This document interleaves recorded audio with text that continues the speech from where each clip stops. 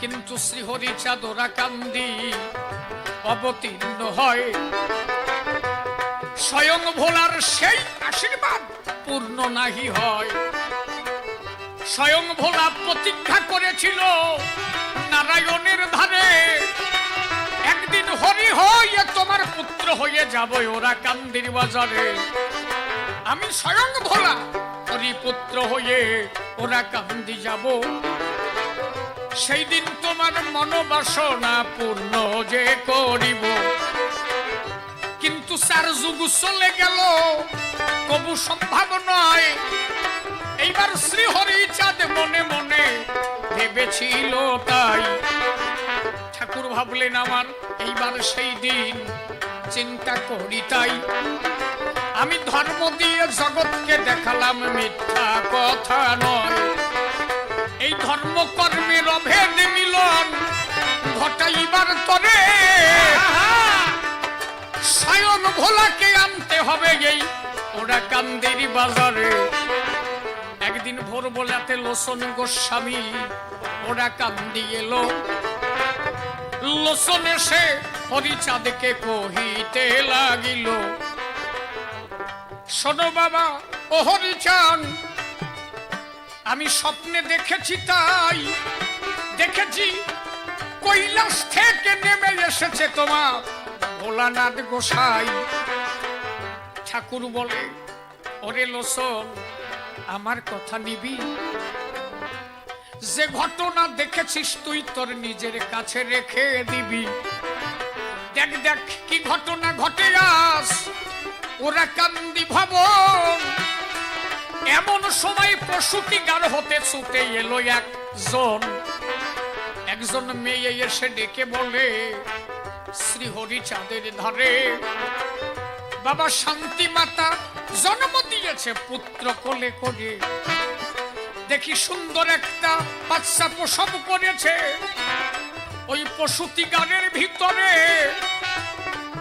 ছেলেটার আলোয় আলোকিত হয়েছে ঘর। কি বলবো তোমারে? তখন মহানন্দ লোচন বদন আমার দশরথ মৃত্যুঞ্জয় ছিল, হীরামন লোচন তারা সবাই ছুটিয়া তখন গেল। সেদিন দোল পূর্ণিমা তিথি যোগ বসে শোনেন তাই। 1846 সাল 13ই মার্চ হয়। আমার হরিচাঁদ ঠাকুর সবার পিছনে, ভক্তরাই আগে গেল।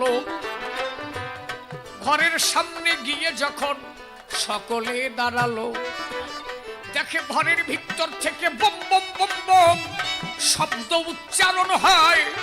দেখে পূর্ণ আলোয় আলোকিত ওই ঘরখানা হয়েছে রে ভাই। ওই বাচ্চা ছেলের অঙ্গ হতে একটা জ্যোতি ছুটে এলো। ওই জ্যোতিখানায় এসে হরিচাঁদের চরণে প্রণাম করিল। লোচন বলে, আমার স্বপ্ন সত্যি হলো, স্বয়ং ভোলানাথ এলো। একবার হরি গুরু চাঁদ প্রেমানন্দে হরি হরি বলো। লোচন বলে, এই ছেলে একদিন মহাগুরু হবে, এই জগৎবাসীকে একদিন পথ দেখাইয়ে দেবে। আরে গুরু বলে কারে, শোনেন নারী নরে? লোচন বলে, তাই। কুশব্দে অন্ধকার, রুশব্দে আলো, আমরা জানি তাই। যিনি অন্ধকার থেকে আলোর সন্ধান দেবে তারে গুরু কয়। লোচন গোস্বামী বলে, এই ছেলের নাম গুরুচাঁদ রাখলাম ধরায়। আজ হইতে এই ছেলের নাম গুরুচাঁদ রেখে দিলাম। ভক্তরা কি কও, সাইকি দাও, তাড়াতাড়ি বলো সবস্থান। আমার হরিচাঁদ ডেকে বলে, লোচন তাহলে কি নাম তুমি রাখিলে? লোচন বলে, এর নাম রাখলাম আমি গুরুচাঁদ সভা তলে। একদিন এই ছেলে জগৎকে আলোর সন্ধান দেবে। এই জগৎ মাঝে এই ছেলে স্বয়ং গুরু দায়িত্ব নেবে। সেই লোচন গোস্বামীর নেমেতা নাম গুরুচাঁদ হলো। একবার গুরুচাঁদ পতি প্রেমানন্দে হরি হরি বলো।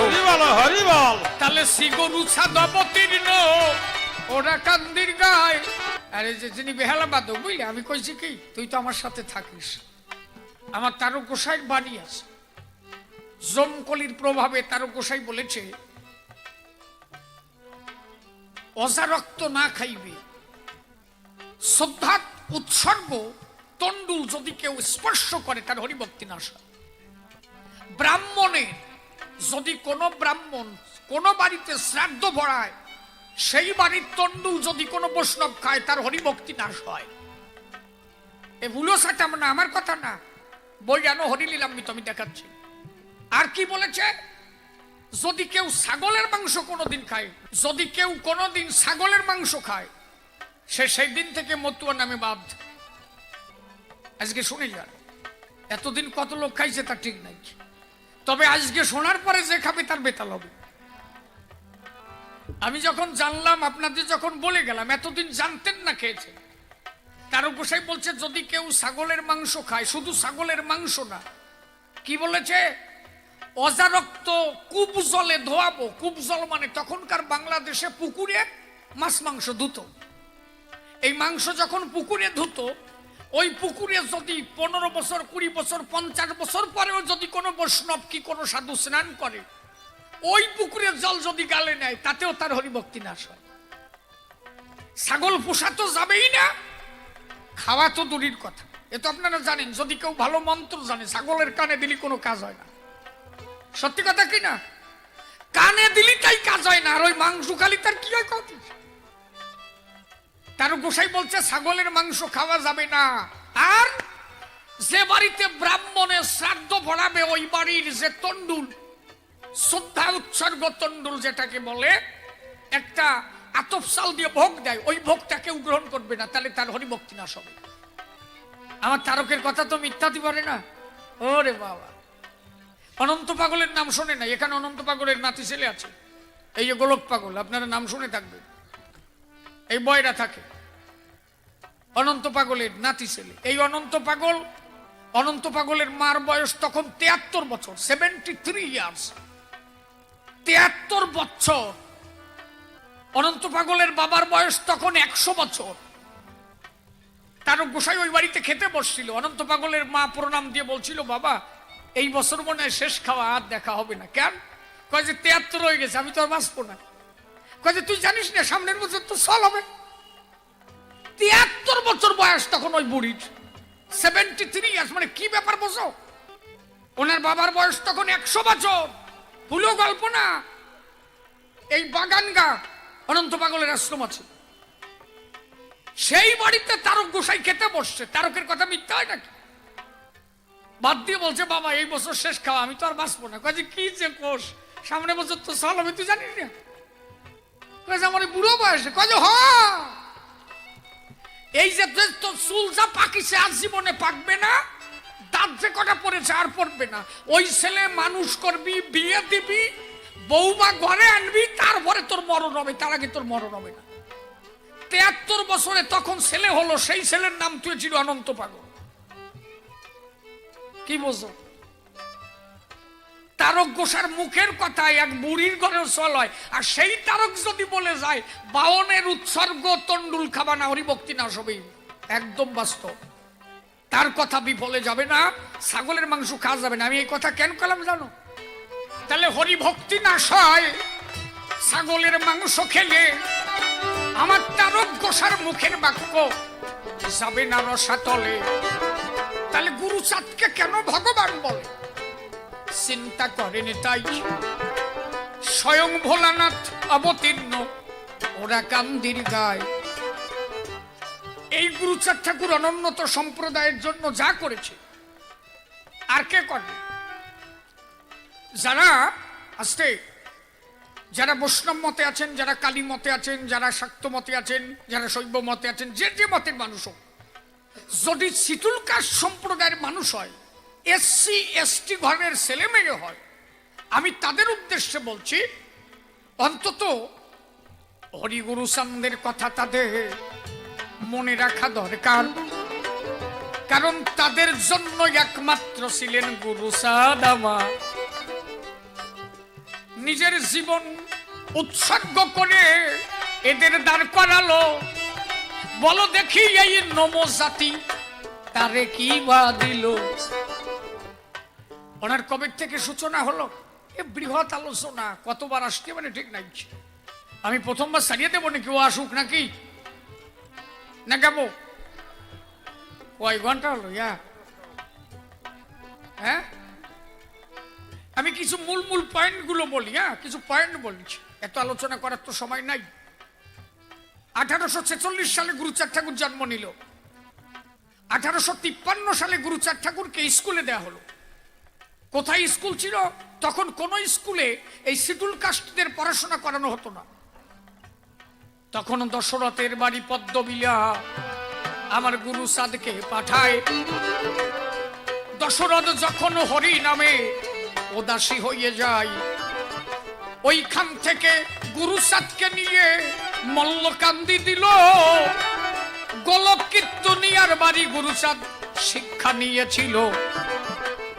1853 সালে শনিন জ্ঞানী দলে প্রথম কিন্তু গিয়েছিল গুরুচাঁদ ঠাকুর যে স্কুলে। 7 বছর বয়সে যখন শিক্ষা গ্রহণ করে, কিন্তু উদাসী ভাব দশরথের এলো বাড়ি ভিড়ে।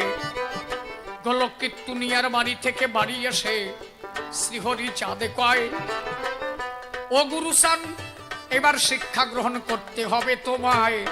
বাবা, এই বাড়ির কাছের স্কুলে তোমারে পড়াশোনা করাতে চাই। গুরুচাঁদ ঠাকুর বললেন ঠিক আছে।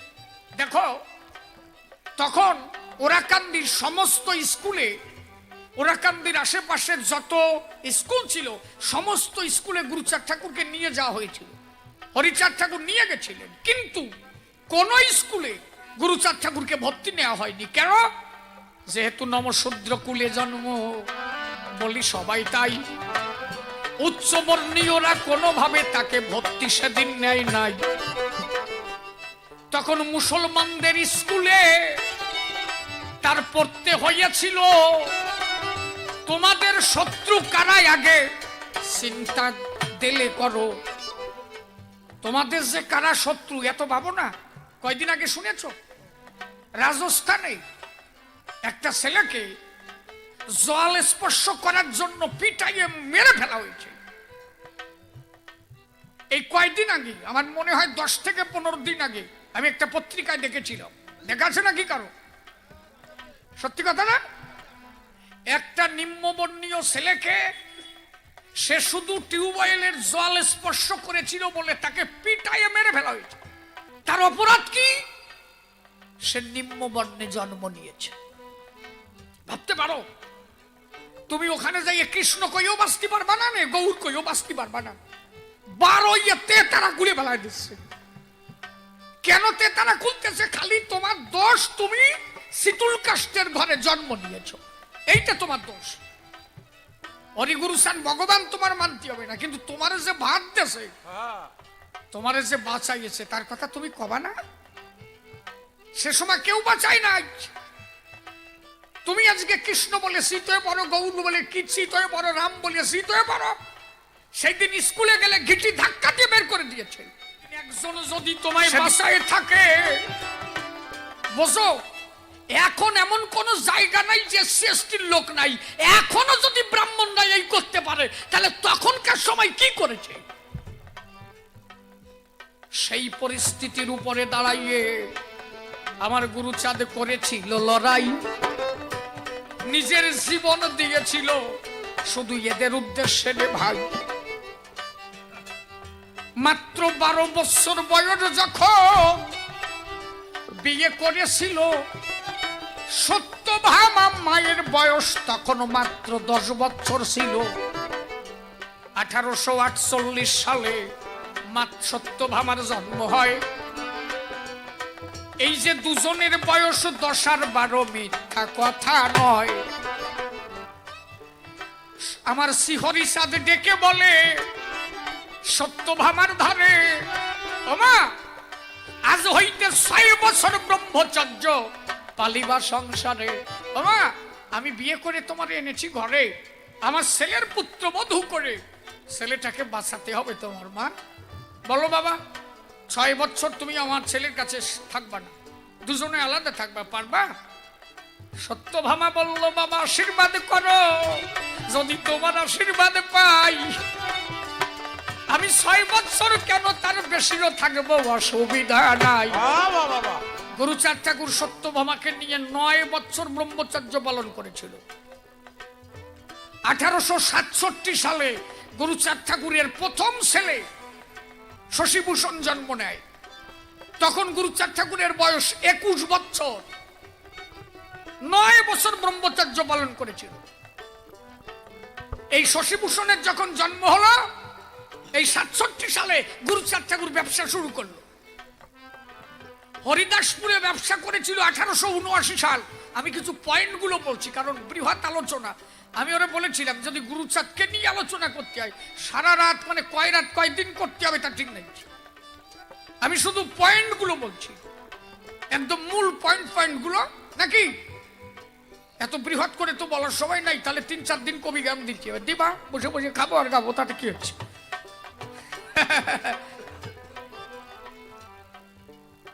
এই যে শশীভূষণের যখন জন্ম হলো 1867 সাল, তখন গুরুচাঁদ ঠাকুর ব্যবসা শুরু করলো। শান্তিমাতা, দেখো গুরুচাঁদের আদর্শটা কি এখন পাবা। ও রে, একদিন শান্তিমাতা ডেকে বলে আসতে, গুরুচাঁদের ঠাই, ও গুরুচাঁদ পয়সার জন্য, হ্যাঁ তুই পয়সার জন্য তে দরস কেন? হ্যাঁ গুরুচাঁদ, তোর বাবার জন্য কত টাকা ওরা কান্দি আসে, আমরা মাত্র 4 জন লোক, এত টাকা খাইয়ে পারি? ওরা কান্দি কত টাকা দেয় ভক্তরা? গুরুচাঁদ ঠাকুর বললেন, মা ওরা কান্দি যত টাকায় আসে এটা হরিকল্প বৃক্ষে ধরে, এই সমস্ত টাকায় আমার বাবার, আমার টাকা না সংসারে, এর একটা টাকার উপরে আমার কোনো অধিকার নাই। এই টাকা সব অধিকার আমার বাবা হরিচাঁদ গোসাই। আমি তোমার পুত্র কর্ম করে আমি তোমারে বাঁচাবো, আমার উচিত কর্ম করে মা বাবাকে দেখিব, বাবার অর্থে কেন আমি হাত দেব বলো দেখি তাই? এই টাকায় আমার বাবার টাকা, আমার অধিকার নাই। একটা টাকা নমশূদ্র সমাজ থেকে ওরা কান্দি যত টাকা সাধু গুরু মহাজন দান করতেন, গুরুচাঁদ ঠাকুর একটা টাকা নিজের কাজে কোনোদিন ব্যয় করেন নাই, করেন নাই, করেন নাই। নিজে একটা টাকা কোনোদিন খান নাই। সমস্ত টাকা গচ্ছিত করে রাখতেন, নিজে ব্যবসা করে সংসার চালাতেন, আর ওই টাকা দিয়ে নমশূদ্র সমাজ, এসসি এসটি এদের কিভাবে দাঁড় করানো যাবে, কোথায় স্কুল করা যায়, কোথায় সভা করা যায়, শুধু এই জাতির জন্য ব্যয় করেছিলেন গুরুচাঁদ। আর এখন এত টাকা কি না, আমি আর কব না, দরকার নাই, ও আমার বললে দরকার নাই, যাওয়াই হোক গিয়া, যে যা করে করুক গিয়ে, টাকা জেনে যায় যাই গিয়া কি। কিন্তু গুরুচাঁদ ঠাকুর এইটা বললো কেন? গুরুচাঁদ ঠাকুর শিক্ষা দিয়েছিল, বাবার যা থাকে থাক, তুমি কি করো। গুরুচাঁদ ঠাকুরের কর্ম করতে হতো না। তখন ওরা কান্দিতে ভক্তরা যে পরিমাণ ধান চাল দান করত, যত অর্থ যেত, উনি তো বসে খেতে পারতেন না, এক বিন্দু বসে কাটার নাই। উনি নিজে ব্যবসা করে সংসার চালিয়েছেন, একটা টাকা কোনোদিন ধরেন নাই। তাহলে যারে হারাইয়েছি তারে কিয়া ফিরে মোরা পাবো, সব কিছু দিয়েছিলেন আমার গুরুচাঁদ মাধব। এর উচিত কথা কইতো অনেকের বেতাল ঠাই, বুঝলে। গুরুচাঁদ ঠাকুর 1872 সালে সর্বপ্রথম শিক্ষার জন্য আন্দোলন করেছিলেন, সার্বিক শিক্ষার আন্দোলন। তার মানে সবাই যাতে শিক্ষা পেতে পারে এর জন্য প্রথম আন্দোলন করেছিলেন গুরুচাঁদ ঠাকুর। অনেক আম্বেদকর পন্থী মানুষ তারা হরি গুরুচাঁদকে মানে না। আমি কি জ্বালায় বসছি রে ভাই। গুরুচাঁদ ঠাকুরের জন্ম 1846, আম্বেদকর সাহেবের জন্ম 1891। 45 বছরের ছোট গুরুচাঁদ ঠাকুরের থেকে আম্বেদকর। গুরুচাঁদ ঠাকুরের লড়াই প্রায় অর্ধেকের উপরে শেষ, তখন আম্বেদকর সাহেবের সূচনা। কি করছি বুঝলে? ঈশ্বরচন্দ্র বিদ্যাসাগর গুরুচাঁদ ঠাকুরের একটু বড় ছিল। ঈশ্বরচন্দ্র বিদ্যাসাগরের ডেট অফ বার্থ ছিল 1820, আর গুরুচাঁদ ঠাকুর জন্ম নিয়েছিল 1846। তার মানে কত হলো? MA class 26। এই যে কিবোর্ড বাজাচ্ছে আমার দীক্ষিত শিষ্য ছেলে, ও ডবল এমএ পাস, এই যে কিবোর্ড বাজায়। আমার একদিন কয়েছে, বাবা আমি কি করি খাবো? বলে কেন? BEd complete, BEd complete, double MA complete, চাকরি হল না। কয়েছে বাবা আমি কি হবো? বললাম তোমার মতো চল, তুমি গুরুচাঁদের দয়ার ফসল নাকি বাবা? একটা নমশূদ্র সমাজ, একটা ডবল এমএ পাস ছেলে, সে যদি নিজে যায় রসাতলে, এটা খারাপ ব্যাপার না? আমি বললাম বাবা আমার তো দেওয়ার মতো কিছু নাই, যদি কিবোর্ড বাজাতে পারো আসক, দুইজনে গান গাইছে, যা দিবানি তাতে চলবে না, আমিও বাঁচবানি তুমিও চলিয়ে নে। ওরা যখন নিচে বসে বাজায় আমার তো করে ভয়, আমি যা কই ওরা ভাবে যে বাবা কি কয়, বাংলা টাংলা আমার ঠিক নাই তো। আমি হলো 12 ক্লাস পাস, আর হলো ডবল এমএ পাস, বসো। কিন্তু ঈশ্বর এই জায়গা দেশে আমার কি করবো, দাঁড়াতে হবে কি কও? তাহলে গুরুচাঁদ ঠাকুর কিভাবে লড়াই করেছিল? এই যে সার্বিক শিক্ষার আন্দোলন গড়ে তুলেছিল। আমি এই জন্য বলি, আপনি যে ধর্মের মানুষ হন না কেন, আপনি বৈষ্ণব হন, কৃষ্ণের হন, আপনি কালীর হন, শিবের হন, কিন্তু আপনারা সেই দিন কেউ বাঁচায় নাই। আমি কৃষ্ণের নিন্দা করছি না, গৌরের নিন্দা করছি না, আপনি সমস্ত ধর্ম করতে পারেন, কিন্তু যে দিনে আজকে আপনি বৈষ্ণব, আপনার ঘরের ছেলেটা মাস্টার, আপনি কালীকে বোঝেন, আপনার ঘরের ছেলেটা প্রফেসর, আপনি যদি বলেন গুরুচাঁদকে চিনে, এটা লজ্জার বিষয় না? আপনার ভাবতে হবে না যে আপনার ছেলেটা আজকে প্রফেসর হয়েছে, কাঁদতে হয়। সেই দিন যদি গুরুচাঁদ ঠাকুর শিক্ষা না দিত, আপনার ছেলে আজকে কিষান খেটে খেতে হতো।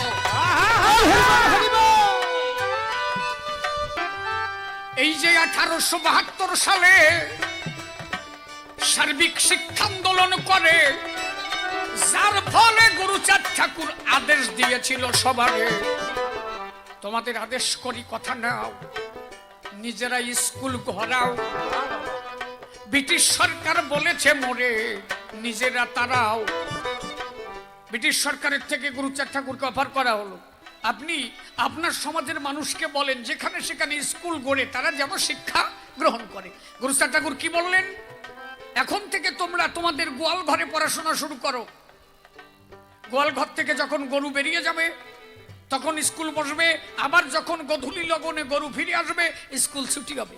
গোয়াল ঘরে ভরা মানুষ আছে না এখানে? আছে কেউ? ওই যে দেখছো, দেখেছো? গোয়াল ঘরে পড়তে বেশি দিনের কথা না, মহাপ্রভু তো 450 বছর আগে। এখনো মানুষগুলো রয়েছে যারা গোয়াল ঘরে পড়েছে। নিখিল বুঝেছ? হুঁ হা দিস না কেন? তাই এত ভালো বুঝি, একটু মাইকি তার এসে হুঁতে।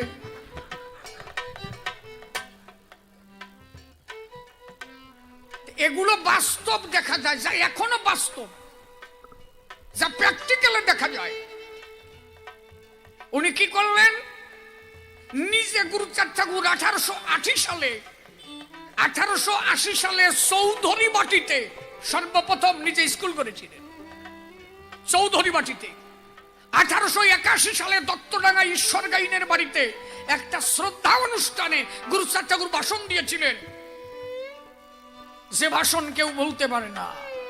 সেদিন গুরুচাঁদ ঠাকুর বলেছিলেন, তোমাদের শত্রুকে জানো? তোমাদের মাথার উপরে কাঁঠাল থইয়া কোষ খাইয়া যায়, আজীবন তোমরা সারাল থাকবা এই জগতের গায়ে। যদি চণ্ডালত্ব মোচন করতে চাও আমার কথা নাও, আগে ঘরে ঘরে ছেলে মেয়ে তোমরা সবাই শিক্ষা দাও। খাও বা না খাও ঘরে ঘরে তোমরা করবা দেখো ভিক্ষা, ছেলে মেয়ে সবাইকে দিতে হবে শিক্ষা। আচ্ছা, তোমাকে মানুষ করে উনি কি পাইছে? তোমাকে জন্য এত কিছু করে উনি কি পালো? তাই কাউকে কি পাইছে গুরুচাঁদ ঠাকুর? এখনো এই নম্রতা তারে মানে না। চাইছে, জীবনে 10 বিঘা জমি দান করে দিয়েছে খ্রিস্টান মিশনারিকে।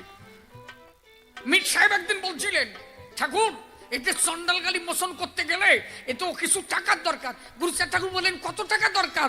আমার বেচলে হবে, ওরা কান্দি বেচলে হবে, আমি আমার সর্বস্ব বেচে দেব, তবু এরা তারা। আজকে বৈরাগী হয়েছ, তাই না? বৈরাগী হয়েছ, খাতা কলমে লেখবা জাতি কি, বৈরাগী লেখবা না? কি লেখো? সাবকাস্ট কি, নমশূদ্র। যখন কলম দিয়ে লেখো নমশূদ্র, হাত কাঁপে না? যে গুরুচাঁদের নামে নিন্দা করো, ওই টাইটেলটা কাট দেওয়া।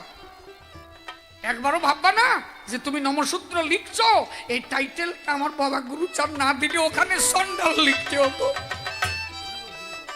তার দান ভুলে যাও, এ জীবনে বলা যাবে না। আমি তো ভাবি তাই, সূক্ষ্মদর্শী মানুষের এত সূক্ষ্ম থেকে সূক্ষ্ম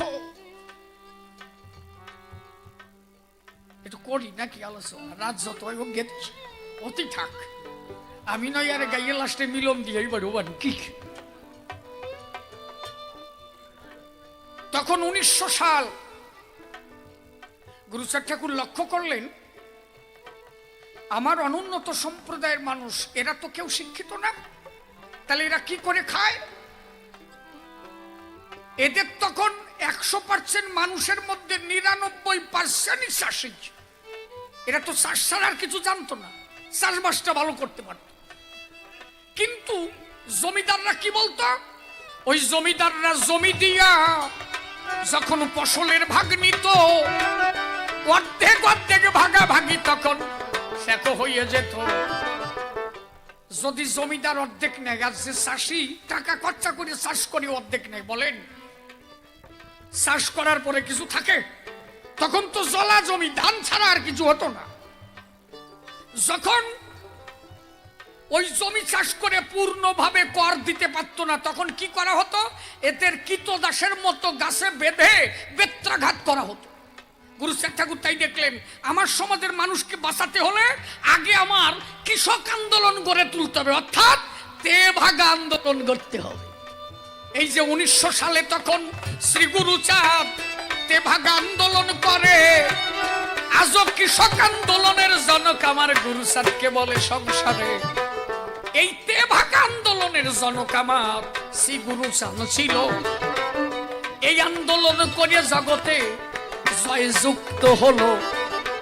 এই যে তেভাগা আন্দোলনে জয়যুক্ত হলো, এইবার নমশূদ্র অর্থাৎ এই শিডিউল কাস্ট, এসসি এসটি, শুধু নমশূদ্র না, তখনকার এসসি এসটি যারা, সমস্ত মানুষের মধ্যে কিছু পয়সার আদান প্রদান হতে লাগলো। আস্তে আস্তে তখন ছেলে মেয়েকে শিক্ষিত করার সুযোগ পেল। দেখো তোমাদের পদে পদে কিভাবে মারিছে। 1906 সালে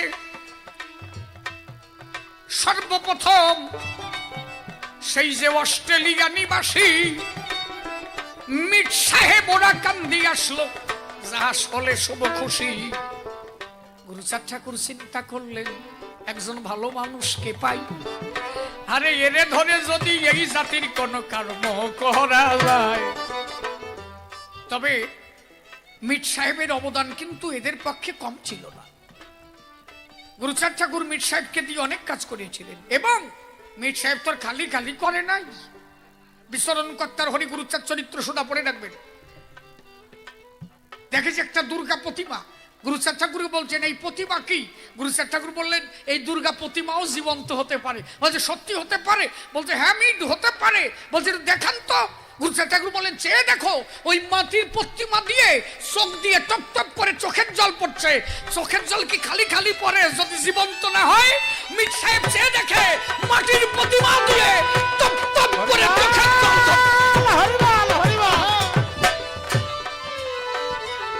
মির সাহেব কি আর খালি খালি সব কাজ করছিল নাকি? মির সাহেব বলল, যিনি আমার যিশু খ্রিস্ট তারে এই বাংলাদেশে পাই, আমি কারে ধর্ম দেব আজ হইতে আমি মতুয়া হয়ে যাই। সেই দিন থেকে মির সাহেব মতুয়া হয়ে গেল। একবার হরি গুরুচাঁদ প্রেমানন্দে হরি হরি বল, হরি বল। 1907 সালে শোনেন জ্ঞানী দলে, এত কিছু হতে চলেছে এই নমশূদ্র কুলে।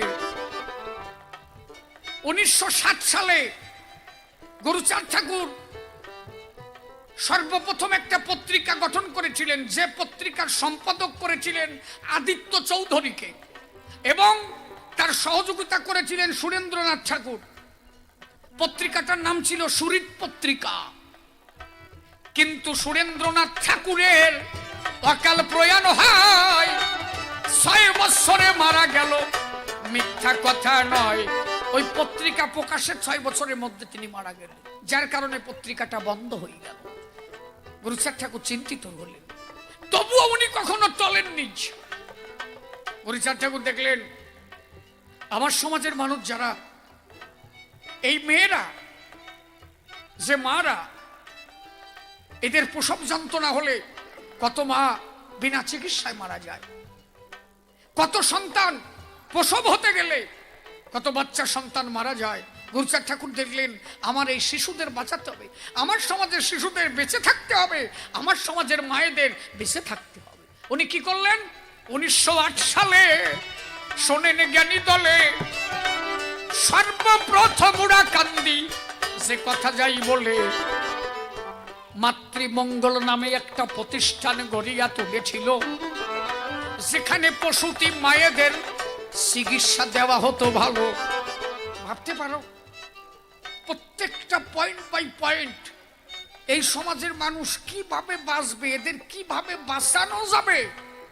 আরে বাবা, মায়েদের জন্য উনি ওরাকান্দিতে একটা প্রতিষ্ঠান করেছিলেন যার নাম হচ্ছে মাতৃমঙ্গল। 1908 সাল। তখন ওনার অবদান জীবনে বলতে পারবা। 1910 তখন বাইরের থেকে ব্রিটিশ সরকারের কাছে বর্ণবাদীরা গিয়ে ব্রিটিশ সরকারের কাছে নালিশ দিল। কি নালিশ? এদের মধ্যে কোনো কৃষ্টি কালচার নেই, এরা কাউকে মানে না, এদের চন্ডাল বলা হয়। গুরুচাঁদ ঠাকুর বললেন আচ্ছা ঠিক আছে। গুরুচাঁদ ঠাকুর বললেন আমার সমাজে যত মানুষ আছে আমি সবাইকে উপদেশ দিচ্ছি, তোমরা এখন থেকে বিধবা বিবাহ চালু করো।